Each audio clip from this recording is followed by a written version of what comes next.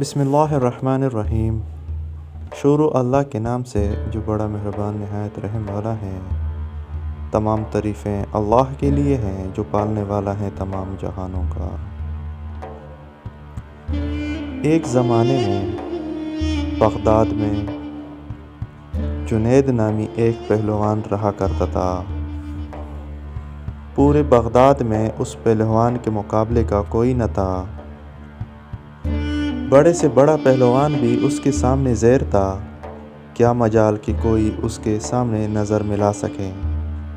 یہی وجہ تھی کہ شاہی دربار میں اس کو بڑی عزت کی نگاہ سے دیکھا جاتا تھا۔ اس کو شاہی پہلوان کا خطاب ملا ہوا تھا۔ بادشاہ کی نظر میں اس کا خاص مقام تھا۔ ایک دن جنید پہلوان بادشاہ کے دربار میں اراکین سلطنت کے ہمراہ بیٹھا ہوا تھا کہ شاہی محل کے صدور دروازے پر کسی نے دستک دی۔ خادم نے آ کر بادشاہ کو بتایا کہ ایک کمزور اور ناتواں اجنبی شخص دروازے پر کھڑا ہے، جس کا بوسیدہ لباس ہے۔ کمزوری کا یہ عالم ہے کہ زمین پر کھڑا ہونا مشکل ہو رہا ہے۔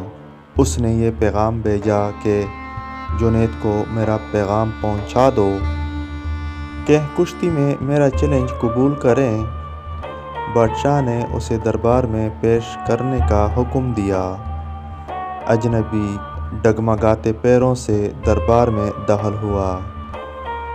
وزیر نے اجنبی سے استفسار کیا، تم کیا چاہتے ہو؟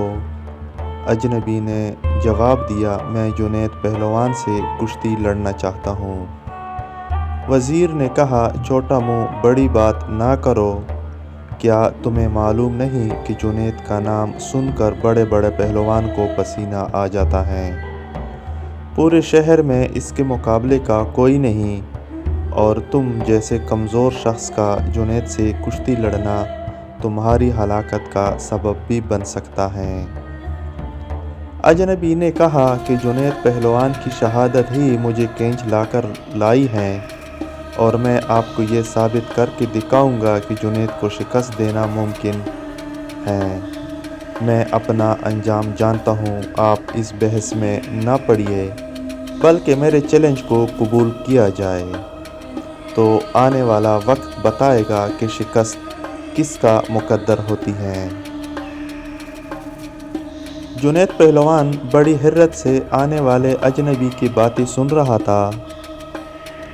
بادشاہ نے کہا، اگر سمجھانے کے باوجود یہ بضد ہیں تو اپنے انجام کا یہ خود ذمہ دار ہیں، لہٰذا اس کا چیلنج قبول کر لیا جائے۔ بادشاہ کا حکم ہوا اور کچھ ہی دیر کے بعد کشتی کی تاریخ اور مقام کا اعلان کر دیا گیا۔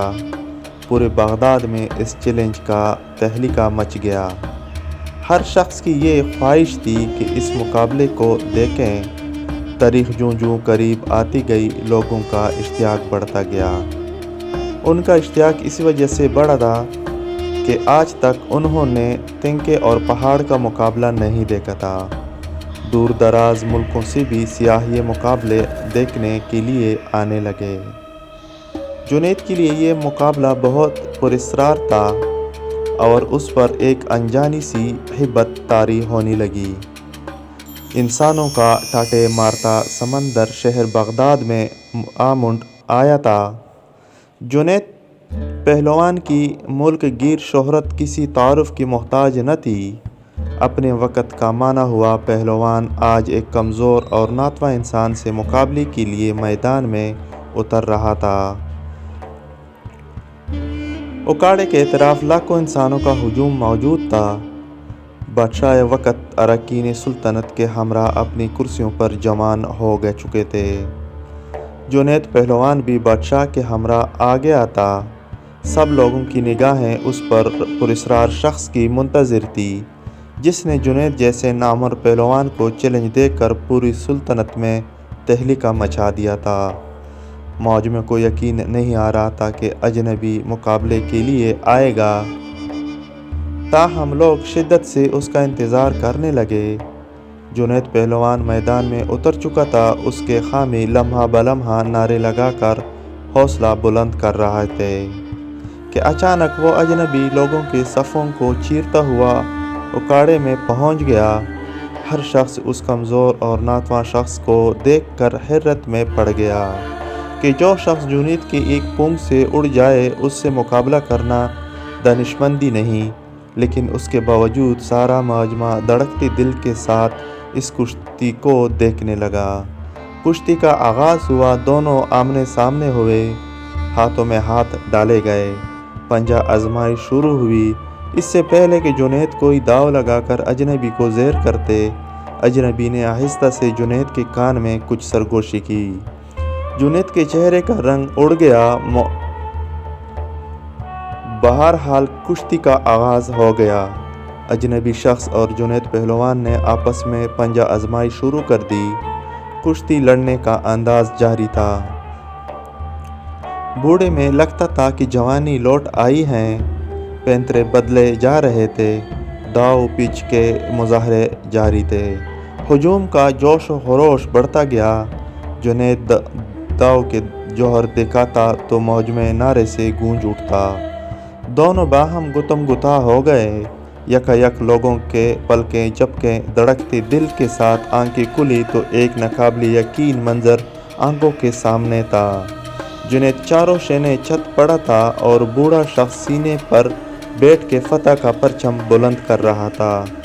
پورے موجم میں سکتہ طاری ہو چکا تھا۔ حیرت کا طلسم ٹوٹا اور لوگوں نے ضعیف فاتح کو کندھوں پر اٹھا لیا۔ میدان کا فاتح لوگوں کے سروں پر سے گزر رہا تھا۔ ہر طرف انعام و اکرام کی بارش ہونے لگی۔ ضعیف فاتح پہلوان بیش بہا قیمتی سامان لے کر اپنے مسکن کی طرف چل دیا۔ اس شکست سے جنید کا وقار لوگوں کے دلوں سے ختم ہو چکا تھا۔ ہر شخص انہیں حقارت سے دیکھتا گزر رہا تھا۔ زندگی بھر لوگوں کے دلوں پر سکتہ جمانے والا آج انہی لوگوں کے طعنے سن رہا تھا۔ ضعیف پہلوان کو شاہی دربار سے مکمل انعام و اکرام عطا کر دیا گیا، تاہم بادشاہ وقت کو جنید کے بوڑھے سے شکست ہضم نہیں ہو رہی تھی۔ شاہ وقت نے جنید پہلوان کو بلاوا بھیجا اور شکست کے بارے استفسار کیا۔ جنید، تم نے ہمیں شرمندہ کر دیا، اپنے شاہی وقار اور عظمت کو پاش پاش کر دیا۔ کیا تم بک گئے تھے؟ جنید بغدادی خاموش رہے۔ بادشاہ نے اونچی آواز میں سچ بولنے کا حکم دیا۔ جنید بغدادی نے شاہ سے دست بدست عرض کی، جناب والا، میں جرمانہ ادا کرنے کو تیار ہوں، مگر کچھ نہ پوچھیے تو بہتر ہے۔ تاہم بادشاہ نے سختی سے حکم دیا، سب سچ بیان کیا جائے۔ جنید پہلوان نے عرض کی، ہاں حضور، میں جان بوجھ کر ہارا ہوں۔ یہ سچ ہے کہ اپنے شاہی وقار کو پاش پاش کیا ہے۔ مقابلے میں ہار کر جو بے عزتی کا سودا کیا ہے، اس کے سامنے بڑے بڑے رتبے کچھ نہیں ہیں۔ آج سے پہلے اتنا قابل فخر سودا کبھی نہیں کیا۔ یہ تو بہت ہی سستا سودا کیا ہے کہ جس کا منافع شمار سے باہر ہے۔ مجھے اپنی ہار پر کوئی شرمندگی نہیں ہے۔ بادشاہ نے تفصیل سے تمام تفصیلات سنانے کا حکم دیا۔ جنید گویا ہوئے کہ مقابلے سے قبل بوڑھے پہلوان نے میرے کان میں سرگوشی کے انداز میں کچھ کہا تھا، جس نے میرے اندر ایک زلزلہ برپا کر دیا تھا۔ اس نے میرے کان میں یہ کہا تھا، اے جنید، میں کوئی پہلوان نہیں ہوں، زمانے کا ستایا ہوا ہوں۔ میں آل رسول صلی اللہ علیہ وآلہ وسلم ہوں۔ سادات گھرانے سے میرا تعلق ہے۔ میرا ایک چھوٹا سا کنبہ کئی ہفتوں سے فاقوں میں مبتلا جنگل میں پڑا ہوا ہے۔ چھوٹے چھوٹے بچے شدید بھوک سے بے جان ہو چکے ہیں۔ خاندانی غیرت کسی سے دست سوال نہیں کرنے دیتی۔ رسول زادیوں کے جسم پر کپڑے پٹے ہوئے ہیں۔ بڑی مشکل سے یہاں تک پہنچا ہوں۔ میں نے اس امید پر تمہیں کشتی کا چیلنج دیا ہے کہ تمہیں حضور اکرم صلی اللہ علیہ وآلہ وسلم کے گھرانے سے عقیدت ہے۔ آج خاندان نبوت کی لاج رکھ لیجئے۔ میں وعدہ کرتا ہوں کہ آج اگر تم نے میری لاج رکھی تو کل میدان حشر میں اپنے نانا جان سے عرض کر کے فتح و کمرانی کا تاج تمہارے سر پر رکھواؤں گا۔ تمہاری ملک گیر شہرت اور اعزاز کی ایک قربانی خاندان نبوت کے سوکھے ہوئے چہروں کی شادابی کے لیے کافی ہے۔ تمہاری یہ قربانی کبھی بھی ضائع نہیں ہونے دی جائے گی۔ اجنبی شخص کے یہ چند جملے میرے جگر میں اتر گئے، میرا دل گائل اور آنکھیں اشک بار ہو گئی۔